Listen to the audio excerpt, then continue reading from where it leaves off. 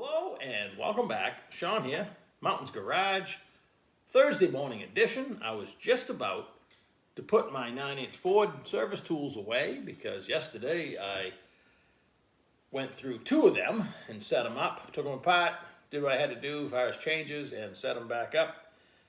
I need to put all the stuff away right now, but let's talk about the tools. In the opening picture, you can see that the differential is being held in a bench mount. That particular gold one you saw is a Speedway. It was not expensive at the time. Like everything else, I'm sure it's more expensive now, but it was still $40, $50, probably $80 now, but well worth it if you just want to buy one. I don't use it very often because I like my old crudely made bench mount. It's a piece of angle iron cut out for the differential, catches the top three holes in the differential. Piece of round tubing, piece of solid tubing, a way to lock it, which this has. It's why I use it more than the Speedway one. The Speedway one does not lock. Mine's easy to remove. Loosen that out, I can pull the whole differential out. The Speedway one, I have to take the back washer and bolt out of it. They both mount into a receiver hitch. You can duplicate this with parts found in your scrap bin, probably. So that's my normal go-to, and if I'm doing two, I'll get out the other one.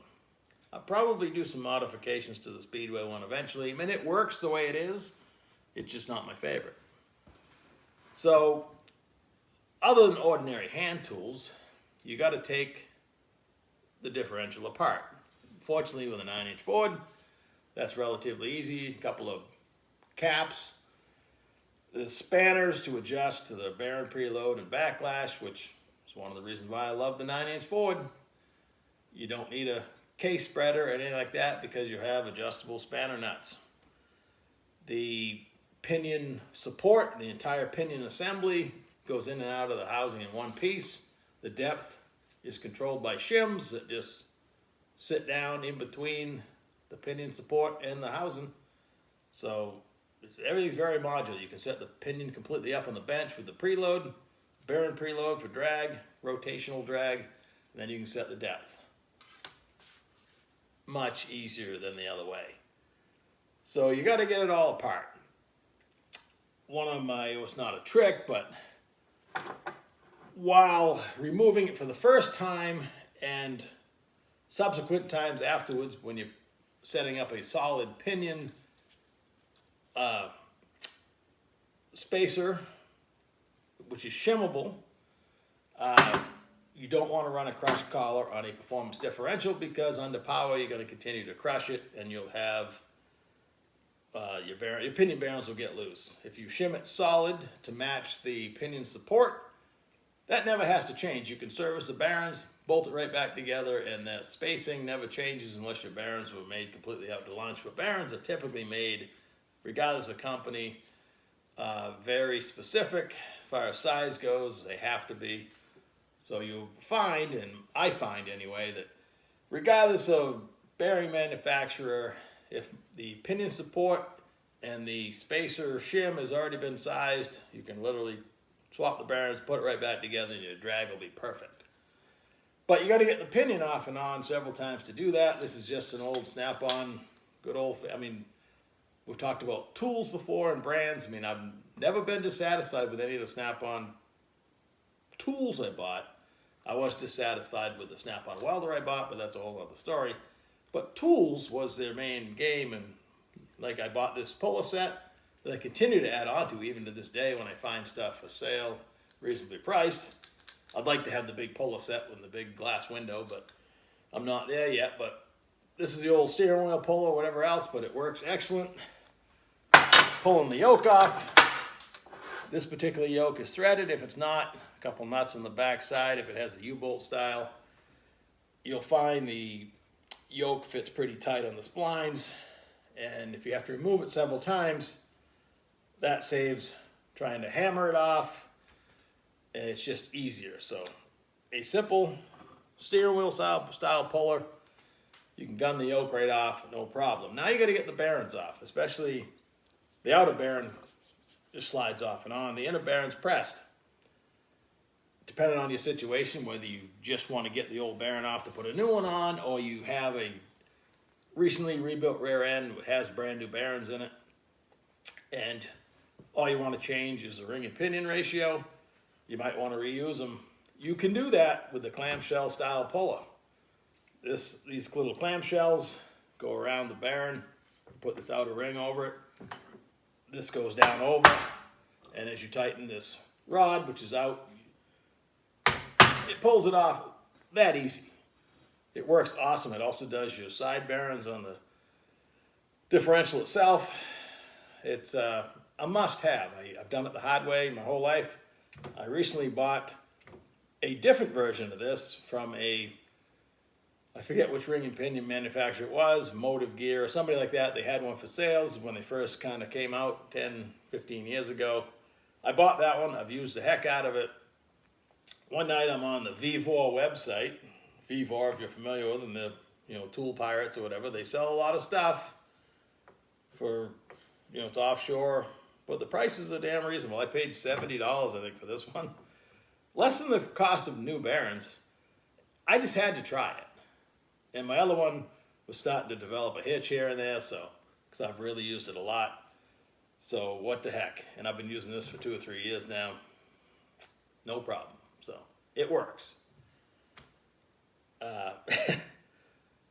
Sad but true, but it's really a game changer as far as being able to reuse the bearings if you can, if the bearings are worth reusing, or if they're not. Taking the bearings off the old way meant complete destruction to get the inner bearing off, or any bearing that's next to a surface. So that was definitely worth the money. Now you got to put the bearings back on. It is not okay to just put the race on the rollers and push on it. That is not how it's done. You want to push on the inner part of the bearing, not the rollers, not the cage. So I always come out, I save all the old races of anything I work on, and you'll find where they fit different places. In this case, this fits the inner bearing diameter perfectly. We'll back up. I have this piece of roll cage tubing, which works flawless, just pushing the bearing right on, but where my press happened to be set yesterday, I didn't feel like moving the deck. It's not that big a deal, but I said, instead of doing that, let's just do it a different way. So I found this race that fit inside, this old Chinese bearing spreader. Just set this down in like this. Push the bearing on, no problem. Push it on here. So, in your press, there's always room to go down without having to move it down. So, inner bearing back on, piece of cake. To actually set the pinion bearing drag, you're supposed to use an inch-pound torque wrench and gently rotate it and read it. Gonna be totally honest, at this point I go by feel. New bearings, old, used bearings should be basically no drag, but it shouldn't be loose because the bearings are broken in. New bearings gotta have a little bit of drag on them. They're going to wear slightly when they get used to each other, and next time you feel them, next time you take it apart, they will be smooth and flawless. The correct way is to do it with an inch-pound torque wrench. And I am good about torquing all the other bolts. I don't want to sound like I'm cavalier, but if you do it enough, you know what's too tight and too loose and what's just right, like the 3 little bears, right? Goldilocks. So your pinion is now set up in the pinion support. You need to put it into the housing. On the end of the pinion, typically is a depth, and that is from the center line of the housing. You have to measure, and this inexpensive depth mic will do that for you. This interchangeable anvil, is that what they call that? You got to make sure your separation of your cap is actually in the center. It's not always, so you got to measure that. And then you can go from where the cap would set on down to the head of the pinion like this and read your reading. And I've always found it interesting and to be true. Sometimes if you set it to the exact depth they tell you and you go to check your pattern, with the yellow marking compound, it'll be right on, but not all the time. I wouldn't say it's 50-50, but it doesn't always work that way. And again, I find it interesting that your instruction sheet that tells you have to set it to the correct depth, and then goes and gives you another page of reading the marking compound and your pattern and seeing how to adjust it. So the instructions kind of contradict themselves. If the pinion depth setting was that accurate, you wouldn't need this whole page. So they, while not saying it out loud like I am, the indicated depth, I'm sure it means something on the machine this was run in at. You know, the machine, the ring and pinion are run on a machine and lapped in, or whatever they do to make it somewhat quiet and matching. And they mark each one. If you look at the numbers, the other number should match the number on the ring gear, whatever control number they have. This is 986, and if you look at this one, it says 986. So you know they're a pair, because that's important. And it would be nice if you could just set the depth and be done, but you often need to adjust your pattern, and that is a art in itself. You can't get by without a simple micrometer or a caliper, some way to read your shims. Some shims are marked, but that's an invaluable tool. You should have it for everything. I kind of gave up on my digital one because, one, the battery was always dead, and I was always having to zero it. This one, I leave it slightly open. I was taught that by an old gentleman who knew his stuff.